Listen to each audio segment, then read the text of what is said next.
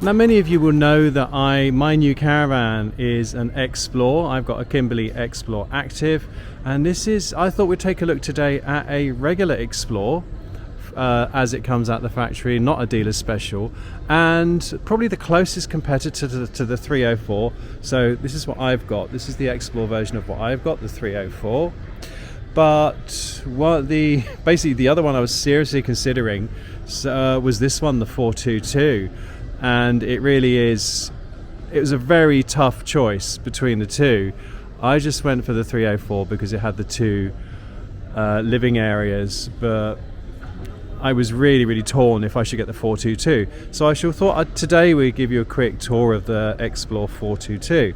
So you can see for a start where my 304 has the mains inlet on the door side.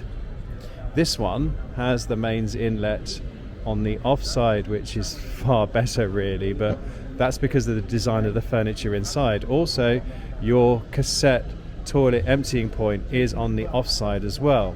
Now this caravan has the SE pack fitted, as pretty much all of them do, which gives you things like alloy wheels and the stabilizer hitch at the front here. Now as far as weights and measures go, this one has an MRO of 981 kilos including the SE pack. Empty PLM is 1099, giving you a payload of 118 kilos. So to keeps it under 1100 kilos, but you can upplate it to 1200 kilos if you wish. So it is running on a 1200 kilo chassis. As you can see, this particular model has won the Caravan and Motorhome Club Lightweight Leisure Trailer Awards. So can't be too shabby, can it? And it's this one with the SE pack is going through the tills at £21,139, which is super competitive in today's market. So that is a quick brief look at the exterior. Now let's have a look at the interior. So I've popped the wide angle lens on the camera. You can see we've still got the two-part door with no window, but we do have a light above the door. As we come in, first thing you can see is that the carpet is actually a carpet runner, just as in the 304. I'll give you a little sweep of the interior before we start. So this one has the kitchen at the back, a corner washroom, and then as we look to the front, we can see we've got a long parallel dinette there. Apologies for if the audio sounds a bit ropey. I've had to give up with my microphone because Bob Earnshaw has had the same problem with DJI when it gets busy in a show, and I had this problem too in Dusseldorf, that the connection between the microphone and the DJI camera goes very crackly. So yeah, if the audio is a bit ropey on this video, folks, I can only apologise, but it's an issue that hopefully my guru Tamara Gabriel will be able to get to the bottom of. If you're into photography, or videography should I say, definitely give Tamara Gabriel, excellent channel. I'll put a link to Tamara's channel in the description below. She knows a lot about vlogging photography. So back to the caravan. You can see, you don't need me to blather away too much. The kitchen is great here at the back.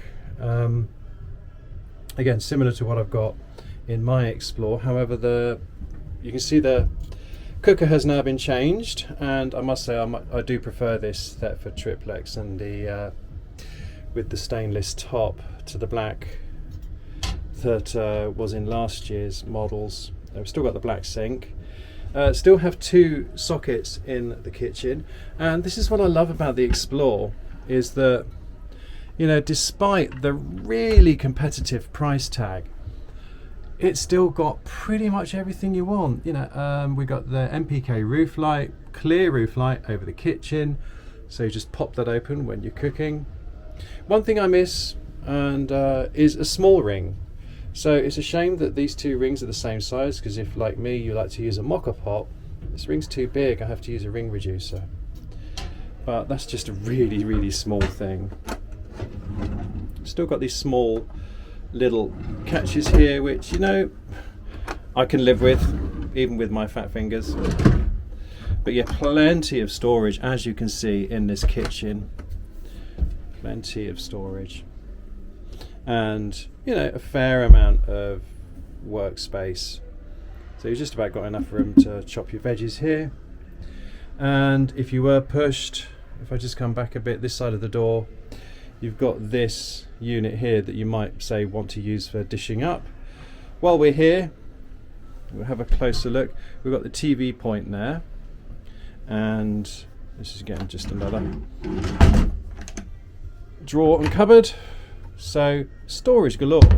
I think if you're going to use this for extended trips, and why not, you would want to get the MTPLM upgraded to 1200, because 118 kilos, you'd have to be quite frugal with your loading, and I think there is more volume than there is payload. But as I say, thank goodness Xplore have been forward thinking enough to put this on a 1200 kilo axle, so you can upgrade the MTPLM to 1200 if you so wish.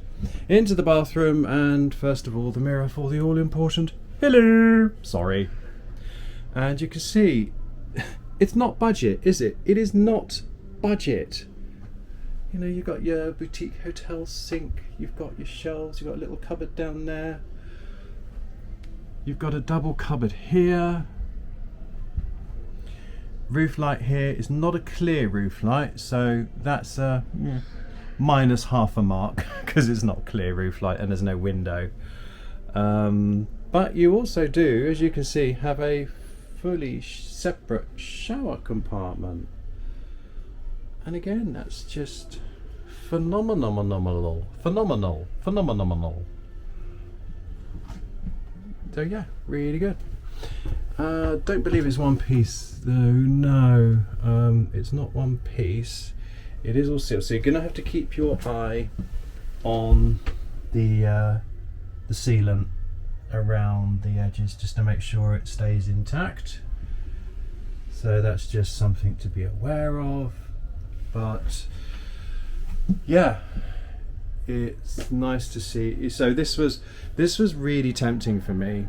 As I say, I chose between this and the 304. I went for the 304 because I wanted the 2 living zones, but this was such a difficult choice not to go for the 422. Got a great big lounge here. Oh, before I skip on, we got the Dometic fridge with the annoying blue LEDs and the annoying clips. I'm just,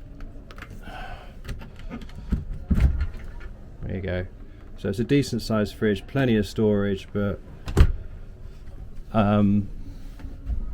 could be better.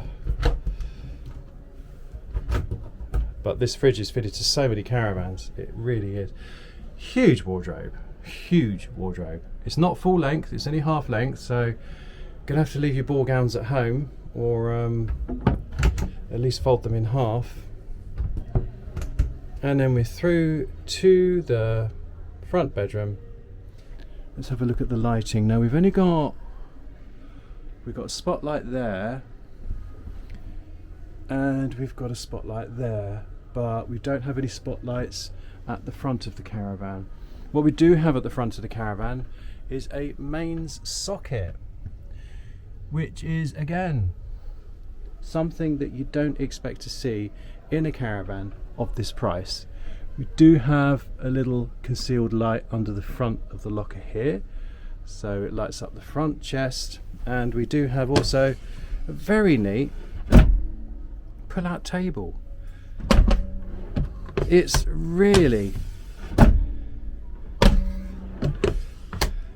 absolutely super. And then a lovely nice big panoramic window so you can drink in that view.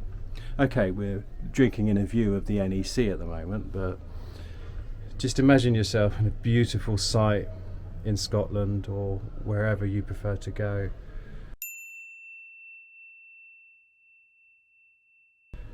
It's really lovely, and I do like the retro look on the cushions. So yeah, now heating is a Whale underslung heater, and the controls will be here, which is so you've got fast warm up, really fast warm up on the hot water, which is separate, and then you've got different power settings for your so that's you can have it on mains, you can have it on gas, different levels. It does have what they call a quiet overnight setting, but it still does come on and off. It's not quite as sophisticated as the Whale Heat Air, but again, it does the job. It does the job very well. You don't have a huge amount of space to heat up, so it heats up very quickly. But just do be aware, the fan does come on and off to maintain the temperature. So there you go, folks. This is the absolutely beautiful, lovely, competitively priced, bright, airy, practical, simple, comfortable Xplore 422. It really is for what most people want. If you're thinking of either setting up with a 2-berth caravan, or maybe even downsizing because you just fed up with towing a huge behemoth behind you, this is definitely one to think about.